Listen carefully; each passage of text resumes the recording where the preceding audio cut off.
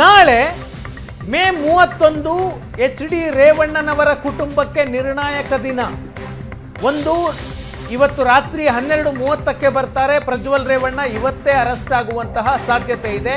ನಾಳೆ ಪ್ರಜ್ವಲ್ ರೇವಣ್ಣನನ್ನ ಅರೆಸ್ಟ್ ಮಾಡಿ ಕೋರ್ಟ್ಗೆ ಪ್ರೊಡ್ಯೂಸ್ ಮಾಡುವಂತಹ ಸಾಧ್ಯತೆ ಇದೆ. ಜೊತೆಗೆ ರೇವಣ್ಣ ಸಲ್ಲಿಕೆ ಮಾಡಿರುವಂತಹ ಇಡೀ ಪ್ರಕರಣವನ್ನ ಕ್ವಾಶ್ ಮಾಡಬೇಕು, ಕಿಡ್ನಾಪ್ ಕೇಸನ್ನ ರದ್ದು ಮಾಡಬೇಕು ಅಂತ ಸಲ್ಲಿಸಿರುವ ಅರ್ಜಿ ನಾಳೆ ಹೈಕೋರ್ಟ್ನಲ್ಲಿ ವಿಚಾರಣೆಗೆ ಬರುತ್ತೆ. ಭವಾನಿಯವರ ಜಾಮೀನು ಅರ್ಜಿಯೂ ಕೂಡ ನಾಳೆ ಆದೇಶ ಬರಲಿದೆ. ಹಾಗಾಗಿ ರೇವಣ್ಣ ಕುಟುಂಬಕ್ಕೆ ನಾಳೆ ನಿರ್ಣಾಯಕ ದಿನ. ಕಾನೂನು ಹೋರಾಟ ಮಾಡ್ತಾ ಇದೆ ರೇವಣ್ಣ ಕುಟುಂಬ. HD ರೇವಣ್ಣ, ಭವಾನಿ ರೇವಣ್ಣ, ಪ್ರಜ್ವಲ್ ರೇವಣ್ಣ ಮೂವರು ಕೂಡ ಕಾನೂನು ಹೋರಾಟವನ್ನ ಮಾಡ್ತಾ ಇದ್ದಾರೆ. ಮೂವರ ಅರ್ಜಿಗಳ ವಿಚಾರಣೆ ನಾಳೆ ನಡೆಯುತ್ತೆ. ಭವಾನಿಯವರ ಜಾಮೀನು ಅರ್ಜಿಯ ಆದೇಶ ನಾಳೆ ಬರುತ್ತೆ.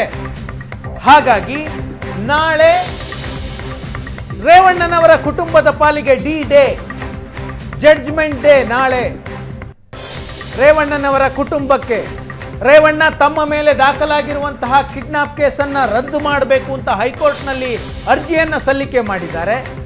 ಭವಾನಿ ರೇವಣ್ಣ ಕಿಡ್ನಾಪ್ ಕೇಸ್ನಲ್ಲಿ ತಮ್ಮನ್ನ ಅರೆಸ್ಟ್ ಮಾಡಲಾಗುತ್ತೆ ಅಂತ ಭವಾನಿ ರೇವಣ್ಣ ನಿರೀಕ್ಷಣಾ ಜಾಮೀನಿಗೆ ಅರ್ಜಿಯನ್ನು ಸಲ್ಲಿಸಿದ್ದಾರೆ. ಭವಾನಿಯವರ ಅರ್ಜಿಯ ಆದೇಶ ನಾಳೆ ಬರುತ್ತೆ.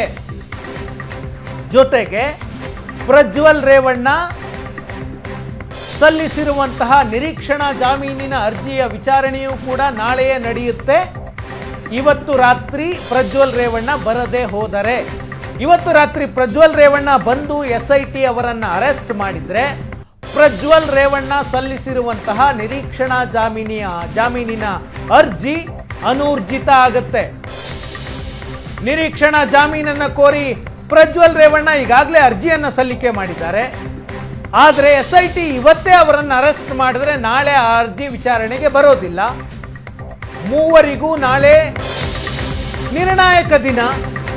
HD ರೇವಣ್ಣ, ಪ್ರಜ್ವಲ್ ರೇವಣ್ಣ ಮತ್ತು ಭವಾನಿ ರೇವಣ್ಣನವರಿಗೆ ನಾಳೆ ಪ್ರಜ್ವಲ್ ರೇವಣ್ಣ ಸಲ್ಲಿಸಿರುವಂತಹ ನಿರೀಕ್ಷಣಾ ಜಾಮೀನು ಅರ್ಜಿಯ ವಿಚಾರಣೆ ನಡೆಯುತ್ತೆ. 3 ಅತ್ಯಾಚಾರ ಪ್ರಕರಣಗಳಲ್ಲೂ ಕೂಡ ಪ್ರತ್ಯೇಕವಾಗಿ ನಿರೀಕ್ಷಣಾ ಜಾಮೀನಿಗೆ ಪ್ರಜ್ವಲ್ ರೇವಣ್ಣ ಅರ್ಜಿಯನ್ನ ಸಲ್ಲಿಕೆ ಮಾಡಿದ್ದಾರೆ ಬೆಂಗಳೂರಿನ ಸೆಷನ್ಸ್ ಕೋರ್ಟ್ನಲ್ಲಿ. ಒಂದು ಹೊಳೆ ನರಸೀಪುರದಲ್ಲಿ ದಾಖಲಾಗಿರುವಂತಹ ಲೈಂಗಿಕ ದೌರ್ಜನ್ಯ ಮತ್ತು ಅತ್ಯಾಚಾರದ ಪ್ರಕರಣ. ಈ ಕೇಸ್ನಲ್ಲಿ ಆರೋಪಿ ನಂಬರ್ 1 HD ರೇವಣ್ಣ ಇದ್ರೆ ಆರೋಪಿ ನಂಬರ್ 2 ಪ್ರಜ್ವಲ್ ರೇವಣ್ಣ. 2 ಮತ್ತು 3ನೇ ಅತ್ಯಾಚಾರದ case CID cyber cell police ಠಾಣೆಯಲ್ಲಿ ಪ್ರಜ್ವಲ್ ರೇವಣ್ಣ ವಿರುದ್ಧ ದಾಖಲಾಗಿದೆ. ಒಟ್ಟು 3 ಅತ್ಯಾಚಾರ ಪ್ರಕರಣಗಳು, 3 ಕೂಡ ನಾನ್ ಬೇಲಬಲ್ ಅಫೆನ್ಸ್. ಹಾಗಾಗಿ ಪ್ರಜ್ವಲ್ ರೇವಣ್ಣ ಜಾಮೀನನ್ನ ಪಡೆಯೋದಕ್ಕೆ ಮುಂದಾಗಿದ್ದಾರೆ. ನಾನು ಈಗಾಗಲೇ ಹೇಳಿದೆ, 1 ತಿಂಗಳ ಅವಧಿ ಇತ್ತು ಪ್ರಜ್ವಲ್ ರೇವಣ್ಣಗೆ ನಿರೀಕ್ಷಣಾ ಜಾಮೀನು ಅರ್ಜಿಯನ್ನ ಸಲ್ಲಿಕೆ ಮಾಡೋದಕ್ಕೆ.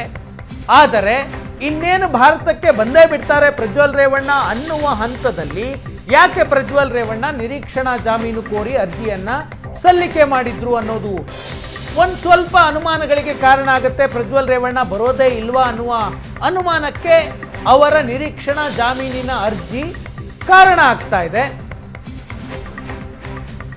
ಈಗ